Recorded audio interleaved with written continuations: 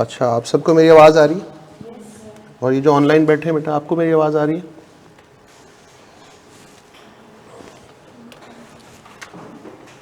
जो बच्चे ऑनलाइन बैठे हैं बेटा, आपको मेरी आवाज़ आ रही है?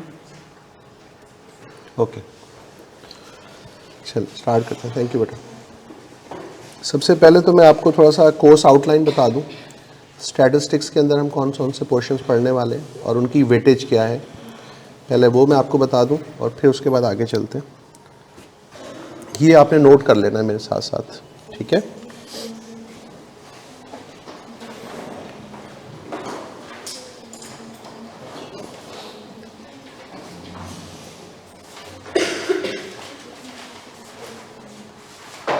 Introduction and presentation of data.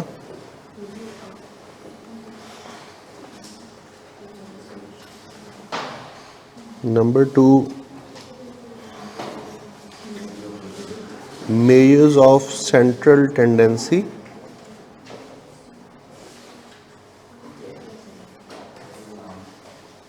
Number 3, measures of dispersion. Number 4,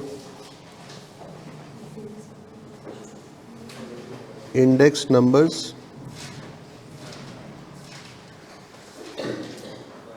ये पहली स्लॉट है हमारे पास। सेकंड स्लॉट हमारे पास बनती है correlation and regression. Next slot है बेटा काउंटिंग टेक्निक्स।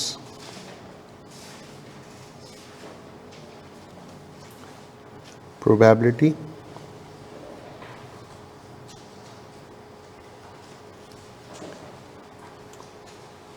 and probability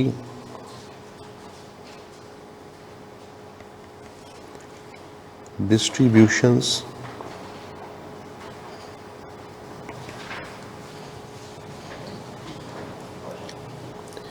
ये एक स्लॉट बनती है बेटा। और फिर फाइनली हमारे पास है sampling,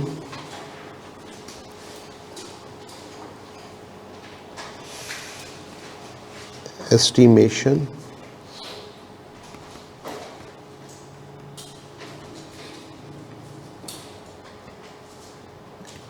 hypothesis testing and chi square.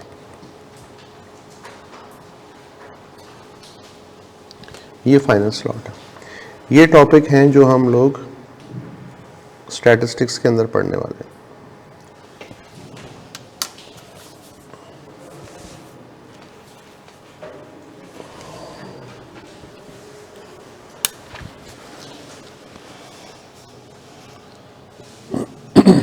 Paper pattern का आइडिया है आप लोगों को? आपका पेपर जो है वो 2 घंटे का है।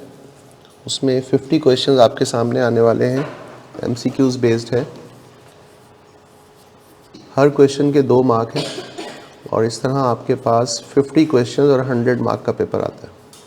और आपको पास होने के लिए 50 मार्क्स चाहिए, यानी एटलीस्ट 25 करेक्ट आंसर्स देने हैं।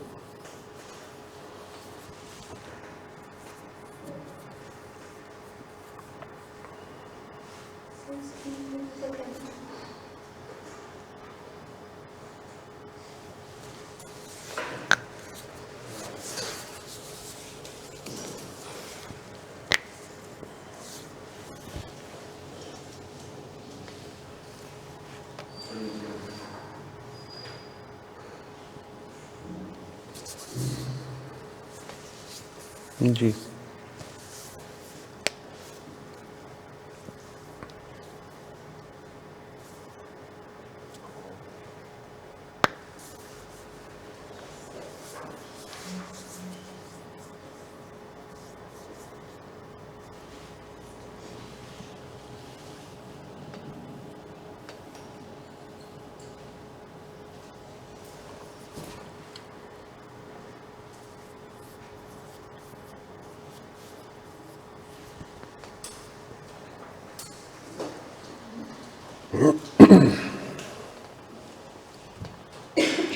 अच्छा, जब आप स्टडी टेक्स्ट को देखेंगे तो स्टडी टेक्स्ट में आपको स्टैटिस्टिक्स मिलेगी चैप्टर नंबर 7 से। चैप्टर नंबर 1 से लेकर 6 तक आपको मैथ्स का पोर्शन मिलेगा और 7 से लेकर 15 तक आपको स्टैटिस्टिक्स का पार्ट मिलेगा। तो यहाँ पर जो मैंने पहला टॉपिक लिखा है आपके लिए, introduction and presentation of data, ये वहाँ पर चैप्टर नंबर 7 है।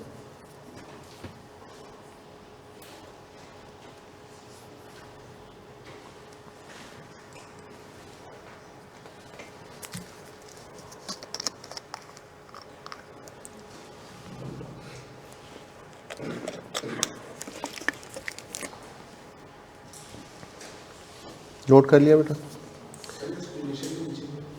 एस्टिमेशन नीचे हाइपोथेसिस टेस्टिंग और फिर काय स्क्वायर।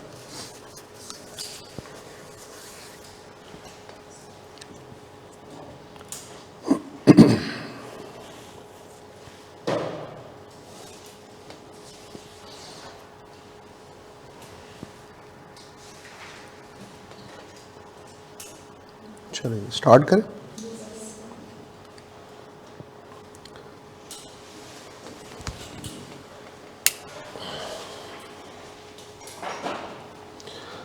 बेटा सबसे पहले तो मुझे ये बताएं कि ये नाम आपने कभी सुना? डाटा क्या चीज़ होती है? Data information. क्यों सर? इंफॉर्मेशन को कलेक्ट करके डाटा बनाते हैं। आपका क्या ख्याल है इस बारे में? इंफॉर्मेशन, क्या इंफॉर्मेशन और डाटा एक ही चीज़ है? कोई फर्क है उसमें? देखो बेटा, फैक्ट्स, फिगर्स, ये है डाटा। फैक्ट्स और फिगर्स, ये होता है डाटा। और प्रोसेस डाटा को हम कहते हैं इंफॉर्मेशन। प्रोसेस डाटा वो बनती है यानी डाटा से इंफॉर्मेशन निकलती है। एक चीज़, डाटा हमें मिलता है दो फॉर्म्स में। नंबर 1 क्वालिटेटिव फॉर्म में और क्वांटिटेटिव फॉर्म में। क्वालिटेटिव डाटा वो डाटा होता है बेटा जिसको हम नंबर्स में नहीं बता सकते। जैसे मैं आप लोगों के नाम की एक लिस्ट बना के यहाँ पे लिख लूँ, आप लोगों के नाम लिखना शुरू कर दूं, तो नाम को नंबर्स की फॉर्म में तो नहीं बता सकते ना, ठीक है? कलर है, इंटेलिजेंस है, ब्यूटी है, ठीक है? ये सब कहाँ पे आते हैं? ये क्वालिटीज़ हैं, एट्रीब्यूट्स हैं। इसको आप नंबर्स में नहीं बता सकते। ऑनेस्टी है, हम कहते हैं बंदा बड़ा ऑनेस्ट है, तो हम ये तो नहीं कह सकते कि भाई ये कोई 80 नंबर का ऑनेस्ट है या 90 नंबर का ऑनेस्ट है। नंबर्स में नहीं बताया जा सकता। तो वो डाटा जिसको आप न्यूमेरिकल टर्म्स में नहीं बता सकते, उसको हम कहते हैं ये क्वालिटेटिव डाटा है, क्वालिटीज़, एट्रीब्यूट्स। अच्छा, इसके कंपैरिजन में हमारे पास वो डाटा होता है जो नंबर्स में बताया जा सकता है। जैसे इस क्लास में कितने स्टूडेंट बैठे हुए, इस बिल्डिंग में कितने रूम्स हैं, आपके घर से लेके इस कॉलेज तक का डिस्टेंस क्या है, इन सब को आप नंबर्स में बता सकते हैं। तो क्वांटिटेटिव डाटा वो होता है जिसको न्यूमेरिक टर्म्स में बताया जा सकता है, नंबर्स में उसका आंसर दिया जा सकता है।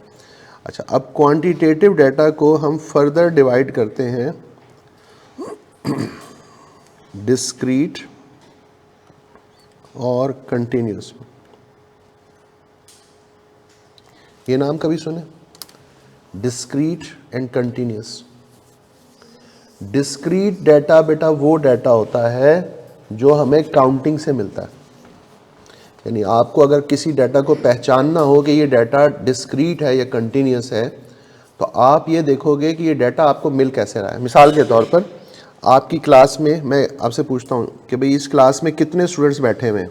लेट्स से मैं आपसे ये क्वेश्चन पूछता हूँ, नंबर ऑफ़ स्टूडेंट्स। तो अब आप मुझे ये बताएं कि नंबर ऑफ़ स्टूडेंट्स को आंसर करने के लिए आप क्या काम करेंगे? आप काउंटिंग स्टार्ट कर देंगे। तो जो डाटा आपको काउंटिंग से मिल रहा है उसको हम कहते हैं डिस्क्रीट डाटा। ठीक है। तो डिस्क्रीट डाटा है बेटा काउंटिंग से मिलने वाला डाटा। अच्छा, अगर मैं आपसे ये पूछूं कि बेटा आपकी हाइट कितनी है, तो अब आप काउंट करोगे या मेयर करोगे? मेजर करोगे। तो जो डाटा आपको मेयरमेंट से मिलता है उसको हम कहते हैं कंटिन्यूस डाटा। फर्क समझ में आ गया दोनों का? काउंटिंग से मिलने वाला डाटा डिस्क्रीट डाटा, मेजरमेंट से मिलने वाला डाटा कंटिन्यूस डाटा। अच्छा, अब मेरा आप लोगों से एक क्वेश्चन है, बेटा मुझे ये बताओ कि ये जो एज है ये काउंट होती है कि ये मेयर होती है? कब से?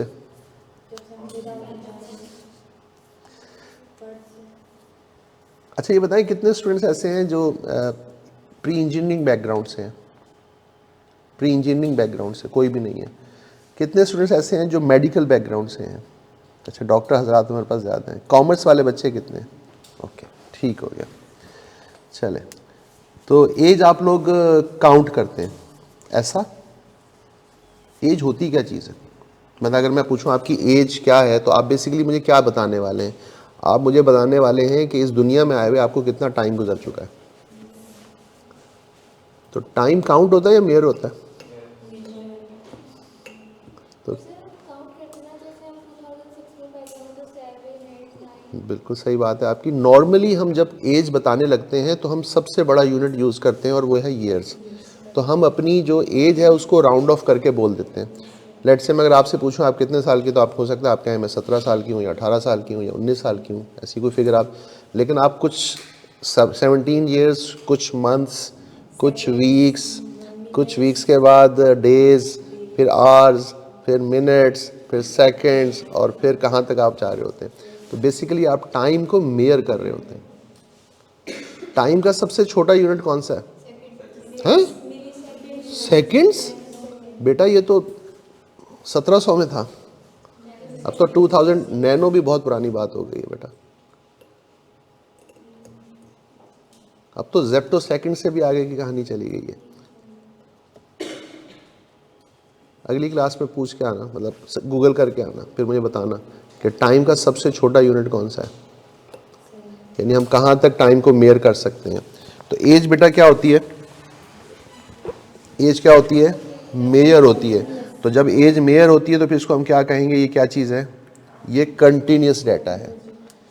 एज क्योंकि मेयर होती है तो फिर इसको क्या कहेंगे हम? अच्छा चलें। अच्छा, अब ये बताएं बेटा कि ये जो मार्क्स होते हैं ये आप काउंट करते हैं कि मेयर करते हैं? ये तो पक्का हम काउंट करते हैं ना? बिल्कुल नहीं, ऐसा हम कुछ नहीं करते। कब से करने लग गए हम काउंट?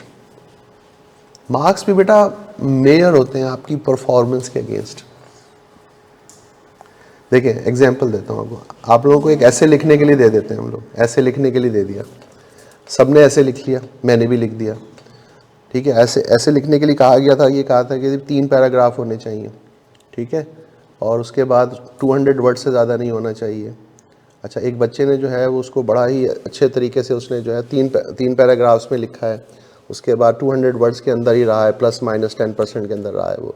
उसने अपनी थॉट्स को बड़े अच्छे तरीके से ऑर्गेनाइज करके एक सीक्वेंस में लिखा है। बात का पता चलता है कहाँ से शुरू हुई, कहाँ तक गई, फिर अगली बात शुरू हुई, फिर अगली बात शुरू हुई।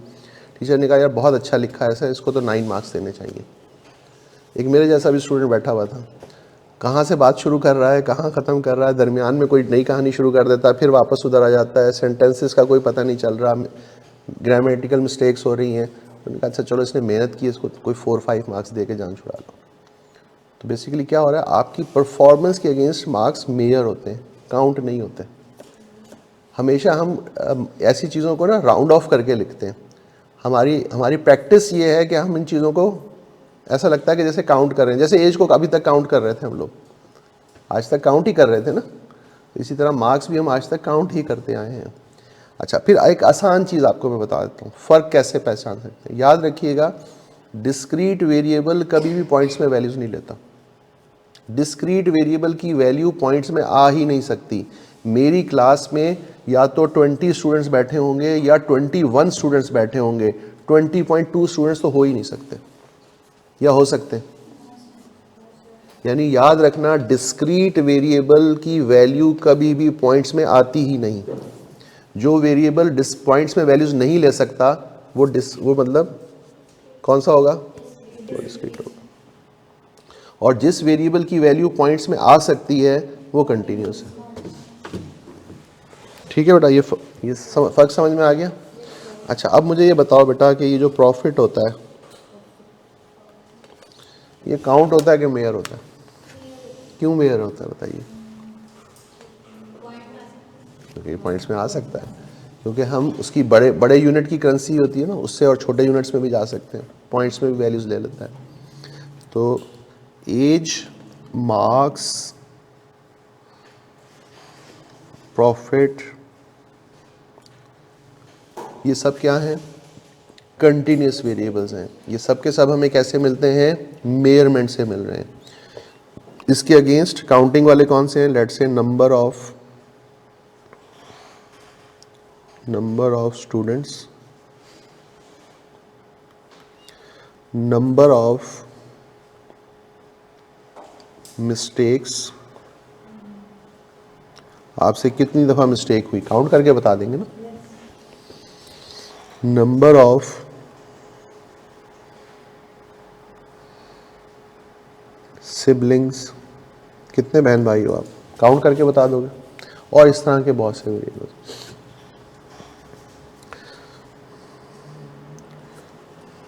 ओके, हाँ जी, ये आपके सामने क्वालिटेटिव वर्सेस क्वांटिटेटिव डाटा आ रहा है।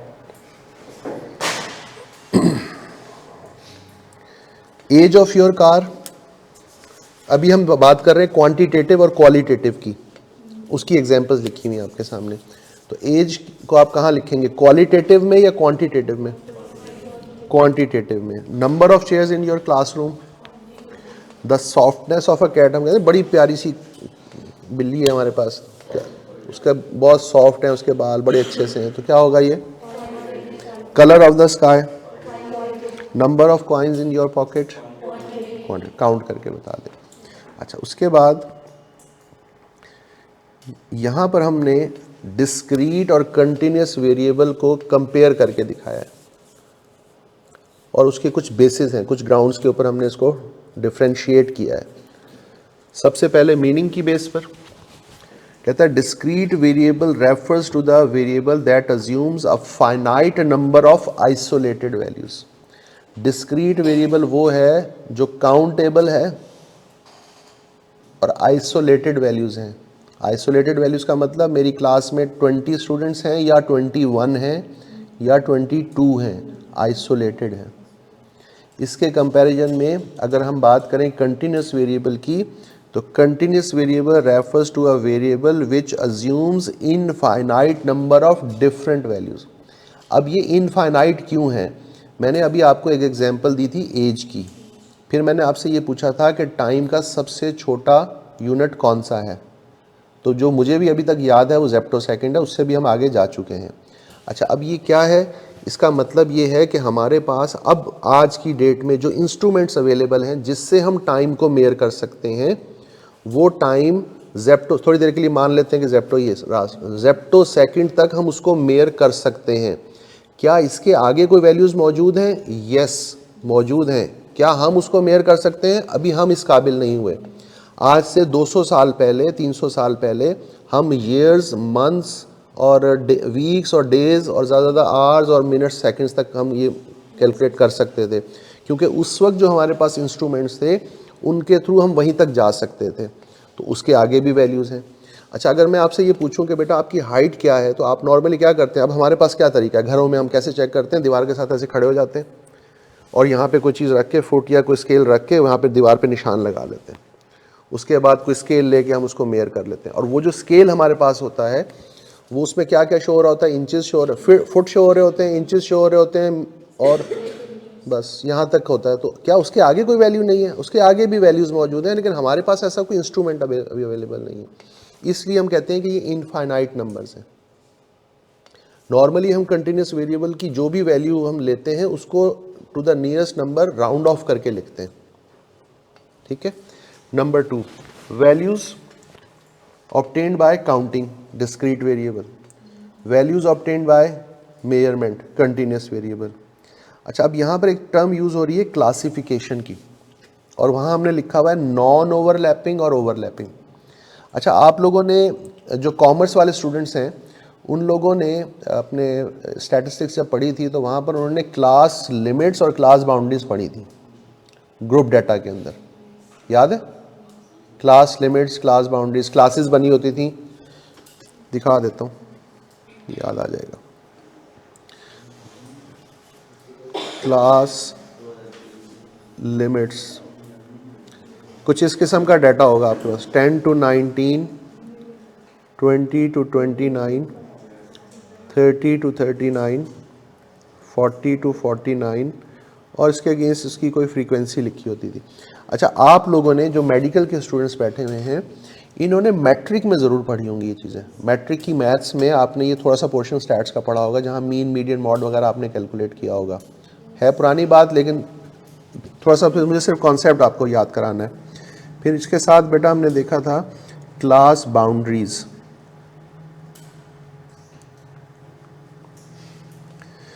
वो है बेटा 10 to 20, 20 to 30,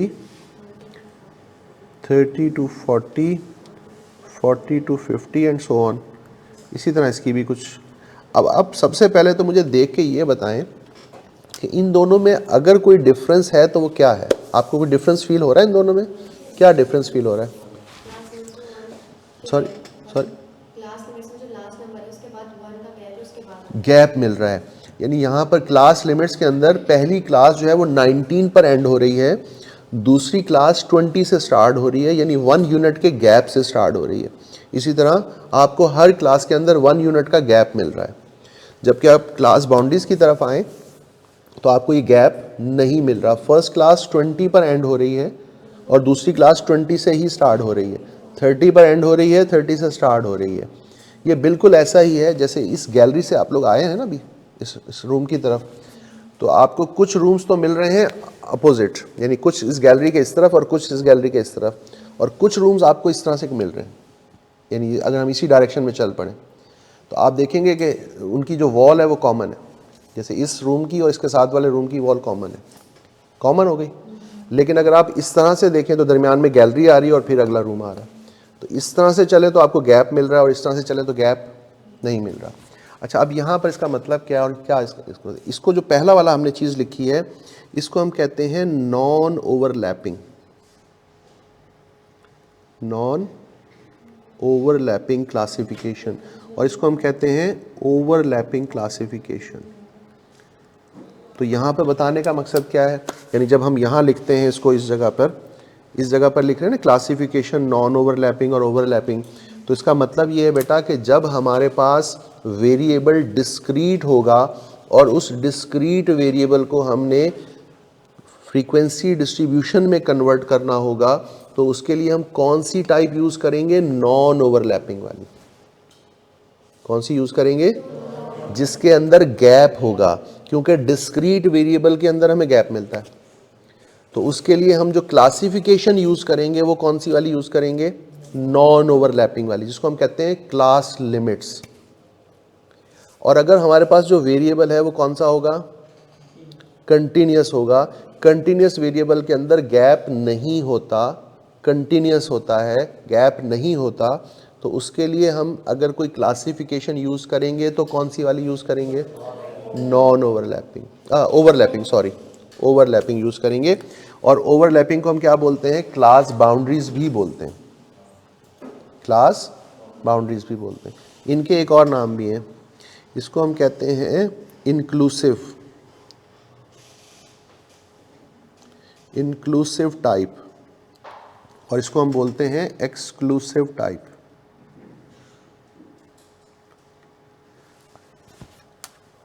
अच्छा, अब इसका क्या मतलब है? देखें, ये जो पहले वाला केस है, क्लास लिमिट्स वाला जो केस है, अगर आपके पास कोई वैल्यू आ जाए 10, आपके पास कोई वैल्यू आ जाए 19, या इन दोनों के कोई दरमियान में कोई वैल्यू आ जाए, तो आप उसको कहाँ पे लिखेंगे? इस जगह पर, यानी इस क्लास के अंदर लिख लेंगे ना। 10 आएगा तो यहाँ लिखेंगे, 10 और 19 के बिटवीन कोई वैल्यू आएगी तो यहीं लिखेंगे, 19 आएगी तो भी यहीं लिखेंगे, 20 आएगी तो कहाँ लिख लेंगे, यहाँ पे लिख लेंगे। ठीक है। अच्छा, अब आ जाए यहाँ पर। आपके पास मसला ये है कि ये दो वैल्यूज ऐसी हैं जो कॉमन है। अगर आपके पास 20 आ जाए तो उसको कहाँ लिखना चाहिए, ये क्वेश्चन प्रॉब्लम आ जाएगा ना सामने। 20 को कहाँ लिखें, दोनों जगह पे 20 लिखा हुआ है, तो इसको हम कहते हैं एक्सक्लूसिव टाइप। एक्सक्लूसिव टाइप का मतलब ये है बेटा कि लोअर लिमिट इंक्लूडेड है, अपर लिमिट एक्सक्लूडेड है। यानी अगर मेरे पास 10 आएगा तो मैं यहीं लिखूंगा, 19.9999 आएगा तो मैं पहली क्लास में लिखूंगा, जैसे ही 20 होगा अगली क्लास में आ जाएगा, क्योंकि ये जो 20 है ना ये एक्सक्लूडेड फिगर है। ये 20 क्या है, एक्सक्लूडेड फिगर है। ये 20 अगर फॉर एग्जांपल 19.99 आ गया और एक वैल्यू आ गई 20, तो अब मैं 19.99 को तो लिखूंगा यहाँ पर और 20 को लिखूंगा यहाँ पर, क्योंकि लोअर लिमिट इंक्लूडेड होती है। ये बात समझ में आ गई। इसलिए इसको हम क्या कहते हैं, इंक्लूसिव टाइप और एक्सक्लूसिव टाइप।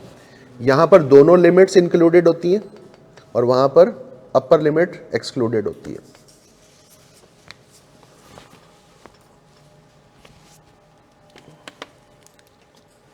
बिलो मार्क्स मतलब, महरोज क्या पूछना चाह रहे हो बेटा, दोबारा बोलो।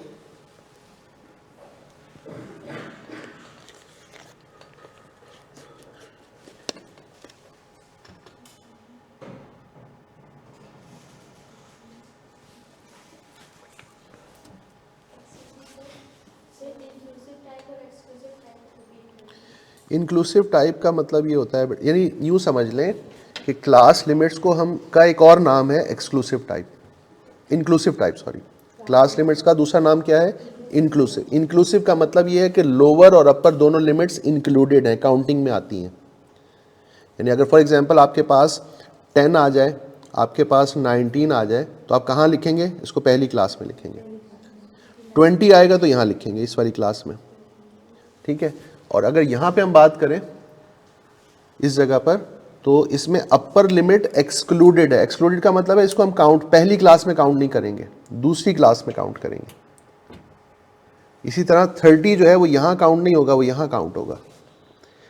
फॉर एग्जांपल मेरे पास एक वैल्यू आई 19.99, तो अब आप पूछे, मैं आपसे पूछूं कहाँ लिखेंगे, तो आप कहेंगे इसको पहली क्लास में लिखें क्योंकि ये अंडर 20 है। जैसे ही कोई 20 की ऑब्जर्वेशन आएगी तो आप उसको सेकंड क्लास में लिख लेंगे, क्योंकि lower limit included, upper limit excluded. ये पॉइंट क्लियर है बेटा हम सबको। अच्छा, अब उसके बाद नेक्स्ट पॉइंट हमारे पास क्या है, अज्यूम्स। जो आपका डिस्क्रीट वेरिएबल है वो कौन सी वैल्यूज लेता है, डिस्टिंक्ट और सेपरेट वैल्यूज, जबकि वो कौन सी वैल्यूज लेता है, any value between the two values, points में ले लेता है। अच्छा, अब उसके बाद बेटा नेक्स्ट पॉइंट हमारे पास है रिप्रेजेंटेड बाय। रिप्रेजेंटेशन का मतलब है अगर हम उसको ग्राफिकली प्रेजेंट करने जा रहे हैं तो फिर हमारे पास कौन कौन से मेथड्स होने चाहिए। हम डिफ्रेंशिएट किसके बिटवीन कर रहे हैं, डिस्क्रीट और कंटिन्यूस के बिटवीन, याद रखिएगा। अच्छा, अब प्रेजेंटेशन की अगर हम बात करें तो यहाँ पर है आइसोलेटेड पॉइंट्स डिस्क्रीट वेरिएबल के लिए, और वहाँ पर है कनेक्टेड पॉइंट्स। आप लोगों ने शायद ये इस किस्म के ग्राफ्स देखे हों, ये वाले देखें कभी। इसको क्या बोलते हैं, इसको कहते हैं बार चार्ट। अच्छा, इसके कंपैरिजन में कभी आपने इस किस्म का भी ग्राफ देखा हो, क्या डिफरेंस है दोनों में। यहाँ पर आपको बार्स के दरमियान गैप नज़र आ रहा है और वहाँ पर जो बार्स हैं वो कनेक्टेड हैं, इसीलिए हमने वहाँ पर टर्म यूज़ की थी आइसोलेटेड पॉइंट्स, और यहाँ पर हमने कहा था कनेक्टेड पॉइंट्स। और इसको क्या कहते हैं, ये जो कनेक्टेड पॉइंट्स वाला है क्या कहते हैं, हिस्टोग्राम। इसको क्या बोलते हैं, हिस्टोग्राम। तो अब यहाँ पर हमें दूसरी चीज़ ये पता चल गई कि अगर हमारे पास डिस्क्रीट वेरिएबल होगा, कौन सा, तो उसके लिए अगर हमें कोई ग्राफ यूज़ करना पड़े तो आइसोलेटेड या फिर बार चार्ट्स, ठीक है। और अगर हमारे पास कंटिन्यूस वेरिएबल होगा तो उसके लिए अगर हमें कोई ग्राफ यूज़ करना पड़े तो कौन सा करेंगे, हिस्टोग्राम या ऐसे कोई कनेक्टेड पॉइंट्स वाले। बेसिकली हम ये सब कुछ क्यों समझ या पढ़ रहे हैं। देखिए स्टैटिस्टिक्स क्या काम करती है। स्टैटिस्टिक्स बेसिकली आपको हेल्प आउट करती है इन्फॉर्म्ड डिसीजन लेने में। इन्फॉर्म्ड डिसीजन का मतलब समझते हैं, इन्फॉर्म्ड डिसीजन एक टर्म यूज होती है कि भाई इन्फॉर्म्ड डिसीजन, शायद कभी ये नाम सुना आपने, नहीं, सॉरी बेटा, बिल्कुल करेक्ट बोला आपने। देखिए हमने जब कोई काम करना होता है तो हमारे पास दो ऑप्शंस होती हैं, उठो और कर दो, और दूसरा तरीका होता है नहीं पहले उसके बारे में कुछ पता करो, ये कैसे चलता है काम, यानी सारी इन्फॉर्मेशन लेकर उसके बाद उसको एनालाइज करके और फिर एक आप डिसीजन लेते हैं, ठीक है। जैसे आप यहाँ से उठे, आपने कहीं मूव होना है, दूसरे शहर जाना है, यहाँ से उठे और जाके स्टेशन पे बैठ गए, जी मुझे फ़लाँ जगह जाना है, पंजाब किसी शहर जाना है, कैसे जाऊँ। एक तरीका ये है। दूसरा तरीका ये है कि आप ज़रा अपने आसपास से किसी बंदे से पूछें जिसने पहले सफ़र किया हुआ है कि भाई कौन कौन सी ट्रेन जा रही हैं, अगर मुझे ट्रेन का पता करना हो तो कहाँ से कर सकता हूँ, क्या उसकी पहले कोई बुकिंग होती है या वहीं जाकर बुकिंग करानी पड़ती है। तो दूसरा डिसीजन जो है वो एक इन्फॉर्म डिसीजन होगा, उसमें आपने पहले पूरी इन्फॉर्मेशन ली, उसके हिसाब से अपने आप को प्लान करके आप चले गए। तो ज़िंदगी में आपके फ़ैसले ऐसे ही होते हैं, दो ही तरह के होते हैं, या तो आपने बस कोई फ़ैसला कर लिया या फिर आपने कोई इन्फॉर्म डिसीजन लिया। अच्छा, अगर आपने ये फ़ैसला किया कि मुझे कोई इन्फॉर्म डिसीजन लेना है तो फिर उसकी हेल्प आपको कहाँ से मिलेगी, उसकी हेल्प आप में, उसमें एक हेल्पिंग टूल आपके लिए कौन सा है, वो है स्टैटिस्टिक्स। स्टैटिस्टिक्स क्या करेगा, वो आपको बताएगा कि ये चीज़ें कैसे काम करती हैं, इनका क्या रिलेशन है आपस में, ठीक है। उसके अंदर सबसे पहली चीज़ क्या है, डाटा। डाटा को समझना कैसे, डाटा होता क्या है, पहला पार्ट। डाटा को समझेंगे कब, जब उसके बारे में बात करेंगे। डाटा क्या है, किस फॉर्म में मिलता है, फिर आगे उसको कैसे बाइफरकेट किया, उसको प्रेजेंट करते वक्त किन चीज़ों का ख्याल रखना है। तो ये अभी हम वो चीज़ समझ रहे हैं। ये पॉइंट्स क्लियर हुए बेटा आप लोगों को। तो डिस्क्रीट और कंटिन्यूस। अच्छा, अब ये जो आपके सामने ये पॉइंट्स बने हुए आ रहे हैं, इन्हीं पॉइंट्स को आगे उसने पैराग्राफ्स की फॉर्म में लिखा हुआ है। सेम पॉइंट्स ज़रा इस तरह से लिखे हुए हैं। ये मैं आपके साथ शेयर कर दूंगा, सॉफ्ट कॉपी आपके ग्रुप पे ग्रुप शुप बना हुआ है कोई, उस पर आपके पास आ जाएगी, आप देख लीजिएगा। नहीं बना हुआ हार्ड कॉपी भी मिल सकती है, वो दोनों ऑप्शन अवेलेबल होंगी, जैसे आप लेना चाहें, ठीक है। मेरी तरफ से आ जाएगी। उसके बाद आप लोग, कुछ लोग होते हैं वो सॉफ्ट कॉपी के साथ कंफर्टेबल हैं, मेरा प्रॉब्लम नहीं है, वो चलें, जो हार्ड कॉपी चाहते हैं वो हार्ड कॉपी ले लें। यहाँ पर आपको फिर अगेन कुछ एग्जांपल्स नज़र आ रही हैं डिस्क्रीट वेरिएबल्स की और कंटिन्यूस वेरिएबल की। कौन कौन सी है, नंबर ऑफ प्रिंटिंग मिस्टेक्स, कौन सा होगा, डिस्क्रीट कंटिन्यूस, ओके। उसके बाद number of road accidents, number of siblings, height of a person, age, profit. ये पॉइंट क्लियर हो गया आपको। आगे चलें। अब आपके सामने एक टर्म आ रही है, primary data versus secondary data.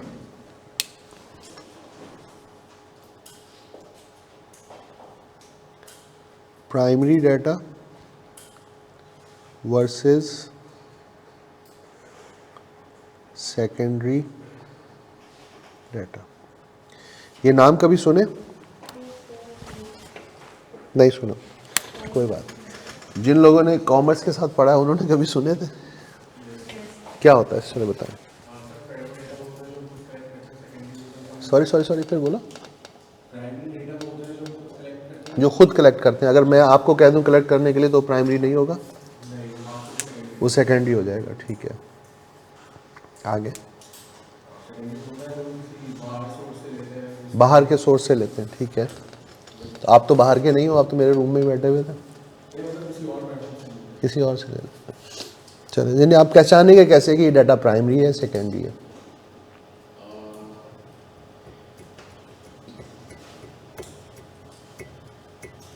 कोई बात नहीं, मैं बता देता हूँ। कोई मसला नहीं है। देखिए बेटा, इसको पहले लिख देते हैं। Data collected for the problem in hand, वो डाटा प्राइमरी डाटा कहलाएगा जो आपके प्रॉब्लम के लिए कलेक्ट होगा। जो रिसर्चर के प्रॉब्लम के लिए कलेक्ट होगा उसको हम कहेंगे ये प्राइमरी डाटा है। मैं अब इसको एक्सप्लेन भी करता हूँ। डेटा कलेक्टेड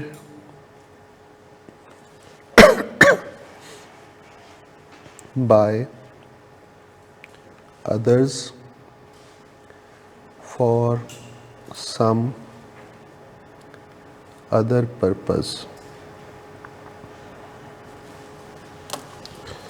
वो डाटा जो किसी और पर्पस के लिए कलेक्ट हुआ था, आप उसको अगर अपने लिए यूज कर ले तो वो आपके लिए सेकेंडरी डाटा कहलाएगा। अब इसको जरा समझते हैं एक एग्जांपल से।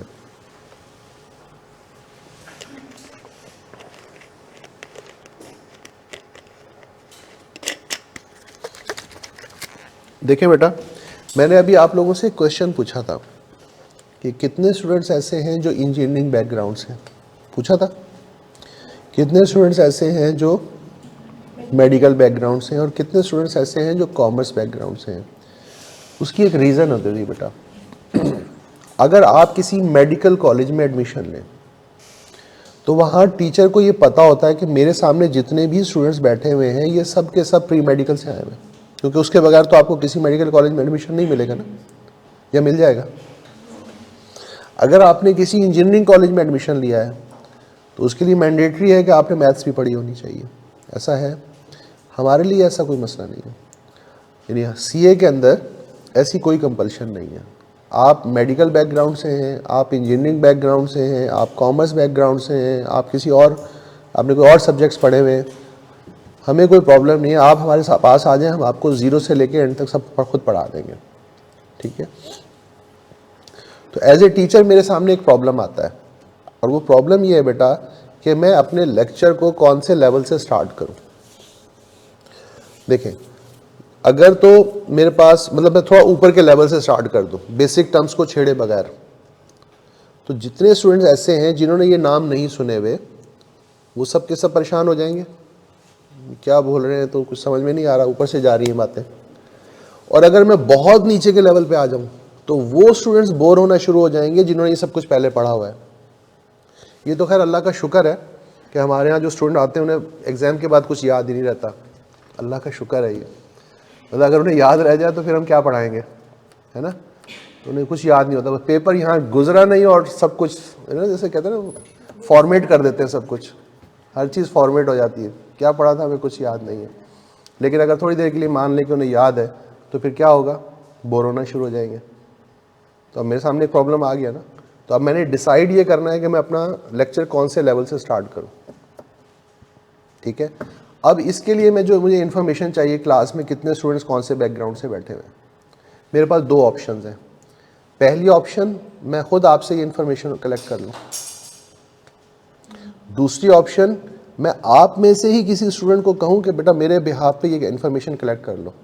ये ज़रूरी नहीं है कि मैं खुद करूँ, अगर मैं आप में से किसी को कह देता हूँ और वो भी ये इन्फॉर्मेशन कलेक्ट करके मुझे ला देता है, तब भी ये प्राइमरी डाटा ही है, क्योंकि प्राइमरी डाटा वो होता है जो रिसर्चर के प्रॉब्लम के लिए, उसकी नीड के लिए कलेक्ट हो, चाहे वो खुद करे या किसी से करवा ले। असल चीज़ क्या है, ये कलेक्ट क्यों हुआ है। प्राइमरी डाटा कब बनता है,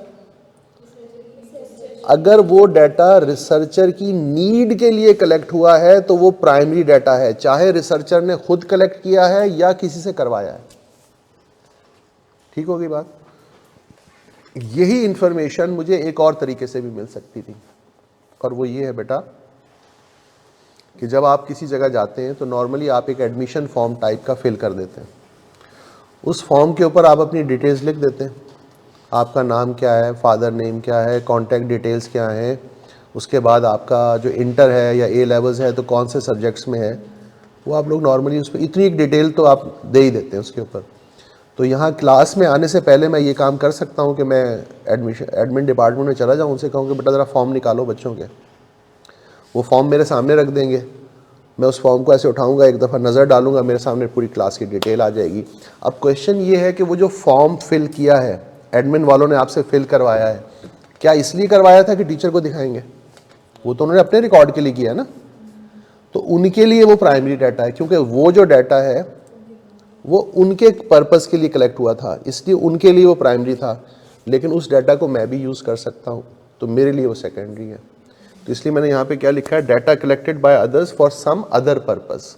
वो डाटा जो किसी और पर्पस के लिए कलेक्ट हुआ था उसको हम अपने लिए यूज़ कर लें तो वो हमारे लिए सेकेंडरी डाटा है। तो पर्पस डिफाइन करेगा, यानी प्राइमरी या सेकेंडरी कैसे पता चलेगा? पर्पस से। ये क्यों कलेक्ट हुआ है, ये कलेक्ट क्यों किया है, ये डिसाइड करेगा कि ये प्राइमरी है या सेकेंडरी। अगर तो वो रिसर्चर के प्रॉब्लम के लिए है तो प्राइमरी, किसी और पर्पस के लिए हुआ था, आपने उसको यूज किया तो सेकेंडरी। क्लियर है पॉइंट? चलें आगे। अब इसको भी ज़रा डिस्कस करते हैं, बिल्कुल उसी तरह जैसे हमने प्राइमरी और सेकेंडरी को डिस्कस किया था। जैसे सॉरी, जिस तरह डिस्क्रीट और कंटिन्यूस को हमने, चाय नहीं आई ना अभी तक, चलो कोई बात नहीं। हाँ जी क्या है बेटा, देखो जरा, पहली चीज़ क्या है? Primary data refers to first hand data gathered by the researcher himself. मैं आपसे कलेक्ट करवा लूँ तो ये भी मैंने ही करवाया हुआ है, ठीक है। सेकेंडरी डाटा क्या है? Means data collected by someone else earlier, पुराना डाटा होता है। अच्छा, अब उसके बाद दूसरा चीज़ क्या लिखी हुई है? रियल टाइम डाटा क्या होता है? क्या आपके जहन, मतलब अगर मैं कहूँ रियल टाइम डाटा तो इससे क्या चीज़ आपके जहन में आती है? रियल टाइम का क्या मतलब हो सकता है?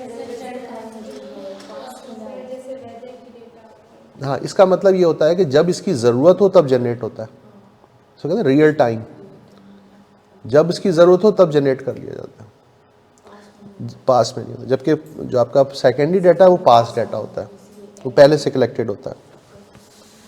Number 3, process. प्रोसेस में क्या लिखा हुआ है बेटा? वेरी इन्वॉल्व का क्या मतलब हो सकता है? ये क्या, हम उसमें बहुत ज़्यादा इन्वॉल्व हो जाते हैं। डीपली रिसर्च करना जी। और कुछ इसके बारे में? वेरी इन्वॉल्व का मतलब यहाँ आगे लिखा ना, प्रोसेस में लिखा हुआ है वेरी इन्वॉल्व, बहुत इन्वॉल्व हो जाते हैं, बहुत ज़्यादा हम उसमें इन्वॉल्व हो जाते हैं। मतलब क्या है इसका, क्या टर्म है इसमें? ज़्यादा रिलेट करता हो, डिस्क्रिप्शन ज़्यादा हो। टाइम एक रिसोर्स है। टाइम क्या है? इसका मतलब है रियल, मतलब वेरी इन्वॉल्व का मतलब एक ऐसा डाटा जिसमें बहुत ज़्यादा रिसोर्सेज लगते हो। मैं आपको इसकी एग्जांपल देता हूँ। आपको सेंसस का पता है? पाकिस्तान में लास्ट सेंसस कब हुआ था?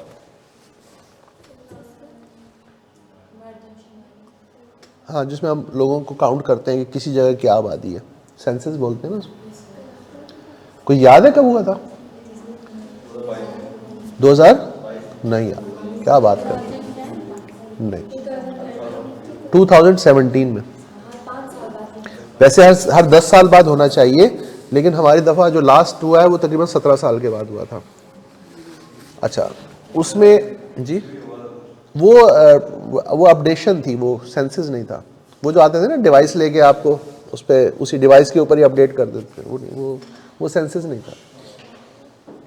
अच्छा, 2017 में मैं ये अज्यूम कर लेता हूँ कि आप इतने तो समझदार होंगे कि अगर घर की बेल बजती है और आप बाहर निकल के देखें तो आप पहचान लेते हैं कौन आया हुआ है, ठीक है। मैं अज्यूम कर रहा हूँ ये चीज़। अच्छा, अब उसमें अगर आपको याद हो, मैं आपको वो थोड़ा सा याद करवाता हूँ। आपके घर की बेल बजेगी, आपने बाहर निकल के देखा तो एक साहब खड़े हुए थे और उनके साथ एक फ़ौजी जवान खड़ा हुआ था, इतनी बड़ी G3 राइफ़ल लेके। और आपने कहा ये फ़ौजी हमारे घर क्यों आ गए, हमने ऐसा क्या काम कर दिया? तो वो अक्सर ये कहते थे कि बेटा घर से किसी बड़े को बुलाओ, अब्बू हैं, भाई हैं, जो भी है, आपने बुला दिया। तो वो उनको एक फॉर्म देते थे कि सर हम आए हैं इस डिपार्टमेंट से, हम सेंसस का प्रोसेस कर रहे हैं, ये फॉर्म है, आप 2 से 3 दिन ले लें सुकून से, इस फॉर्म को फिल करके रखिएगा, हम 2-3 दिन के बाद आएंगे और आपसे आके ये फॉर्म ले जाएंगे। उस फॉर्म के अंदर क्या होता, वो एक बेसिकली क्वेश्चनियर होता था। भाई इस घर के सरबराह का नाम, अगर वो मैरिड है तो उसकी मिसेस का नाम, अगर उनके बच्चे हैं तो उनका नाम, फिर कितने बच्चे ऐसे हैं जिनकी एज 18 साल से ज़्यादा है, कितने बच्चे ऐसे हैं जिनकी एज 18 साल से कम है, आपका प्रोफेशन क्या है, आपका मज़हब क्या है, आपकी कास्ट क्या है, और फिर एक लंबी चौड़ी डिटेल होती थी जो आप फिल करते थे और उनको हवाले करते थे। तो पहली चीज़ टाइम, 2 से 3 दिन का टाइम तो उसने वैसे ही दे दिया ना आपको कि सर ये रखें और 2-3 दिन के बाद हम आएंगे। तो टाइम एक रिसोर्स है, पहली चीज़ टाइम लगता है।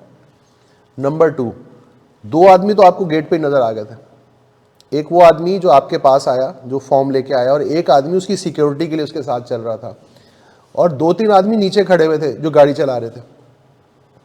ज़ाहिर है वो ऑफिस से पैदल तो नहीं आया होगा ना आपके इलाके तक, गाड़ी भी मूव हुई होगी। तो ह्यूमन रिसोर्स आ गया, पहला टाइम का रिसोर्स, दूसरा ह्यूमन रिसोर्स, बंदे चाहिए। तीसरी चीज़ फाइनेंस, वो जो बंदा आपके पास आया है उसको गवर्नमेंट ऑफ पाकिस्तान ने पेमेंट करनी है, वो अल्लाह वास्ते काम नहीं कर रहा।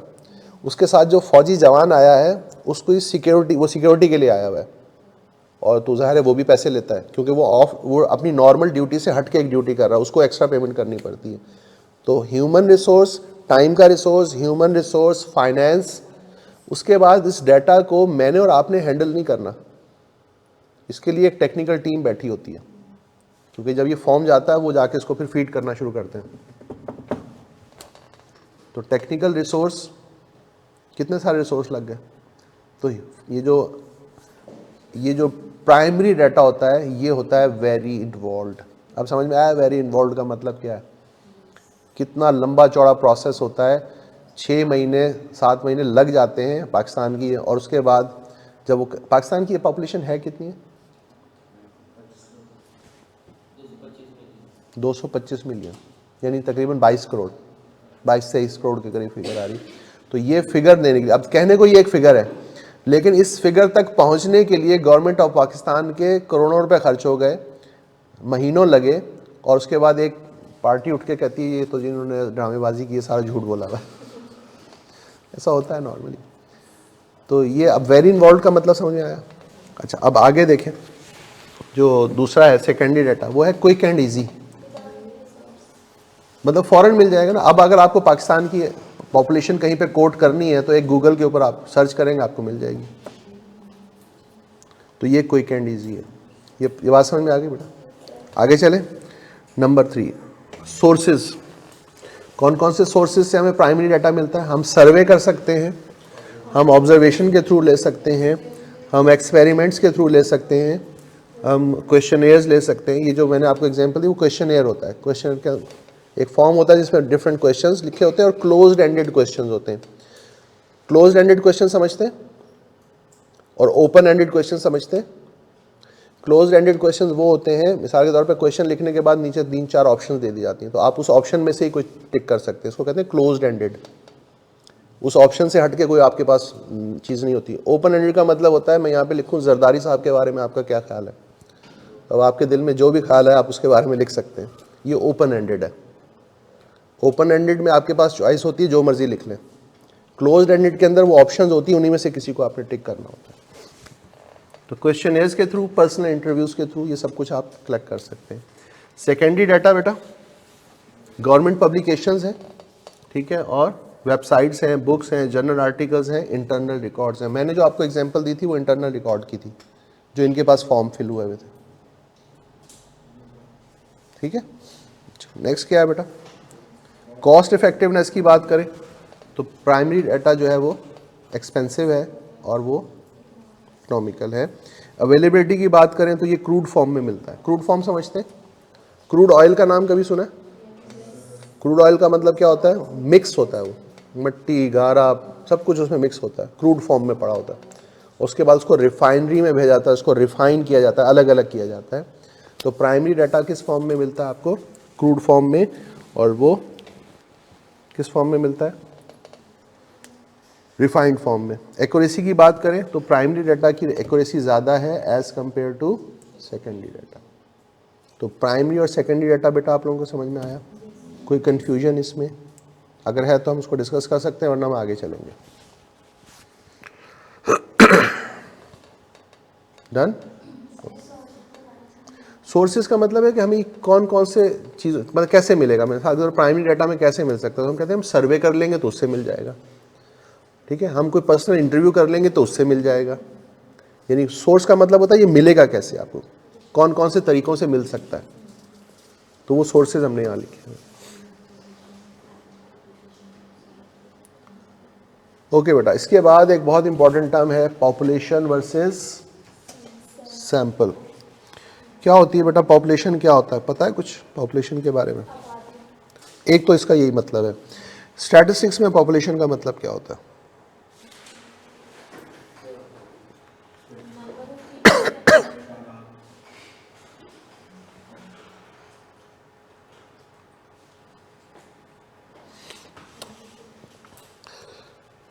क्या मतलब होता है बेटा? तो यार मेरा गला खराब है। नहीं वो खैर है, मतलब वैसे भी थोड़ा बहुत इरिटेशन तो हो ही रही है जी। चले मैं बता देता हूँ। देखिए बेटा, पॉपुलेशन का मतलब, स्टैटिस्टिक्स की मैं बात कर रहा हूँ, एक तो वही मतलब है पॉपुलेशन का मतलब किसी भी जगह की आबादी। स्टैटिस्टिक्स में पॉपुलेशन का मतलब होता है वो सारे इंडिविजुअल्स, वो सारे आइटम्स, वो सारे ऑब्जेक्ट्स जो आपके इंटरेस्ट से रिलेटेड है। किससे रिलेटेड है? मैं आपको एक सिंपल सी एग्जांपल देता हूँ, आपको बात समझ में आ जाएगी। आप लोगों ने ये फैसला किया कि हमें चार्टर्ड अकाउंटेंट बनना है, पता नहीं कैसे किया लेकिन कर लिया, आप लोगों ने कर लिया फैसला, ठीक है, ओके। फैसला कर लेने के बाद अब अगला मरहला क्या था? अगला मरहला ये है कि भाई कोई ऐसा कॉलेज ढूंढो जहाँ पर हम जब जाएं तो वहाँ से पढ़ सकें। तो अब आप ये देखोगे बेटा, पहला काम आप क्या करोगे, आप कॉलेजेस को लिस्ट आउट करना शुरू करोगे। यही काम करोगे भाई। कराची में रह रहे हैं तो कराची में कितने कॉलेजेस हैं जहाँ पे सीए के, कराची में हज़ारों कॉलेजेस हैं, क्या हर कॉलेज में सीए की एजुकेशन मिलती है? तो वो सब के सब कॉलेज तो आपकी पॉपुलेशन नहीं बन सकते ना। क्यों नहीं बन सकते? क्योंकि वो आपके इंटरेस्ट को सर्व नहीं करते। वो कॉलेजेस आपकी पॉपुलेशन बनेंगे जहाँ पर सीए की एजुकेशन मिलती है। क्यों? क्योंकि आपका इंटरेस्ट सीए में था। अगर आप डॉक्टर बनना चाहते हैं तो कौन सा कॉलेज ढूंढेंगे? तो फिर वो कॉलेजेस आपकी पॉपुलेशन बनेंगे, हर कॉलेज नहीं। पॉपुलेशन समझ में आया? वो सारे आइटम्स, वो सारे ऑब्जेक्ट्स, वो सारे इंडिविजुअल्स जो आपके इंटरेस्ट से रिलेटेड है, वो क्या कहलाएंगे? पॉपुलेशन। नंबर 1। नंबर 2, आपने पॉपुलेशन तो डिसाइड कर ली। अब उसके बाद आपके पास दो ऑप्शंस हैं, या तो जितने कॉलेजेस आपने आइडेंटिफाई किए हैं उन सबको आप विजिट करो, उन सबको, और उसके बाद अपना कोई डिसीजन ले लो। या दूसरा तरीका ये है कि उनमें से कुछ कॉलेजेस को सेलेक्ट कर लो और उनको विजिट कर लो।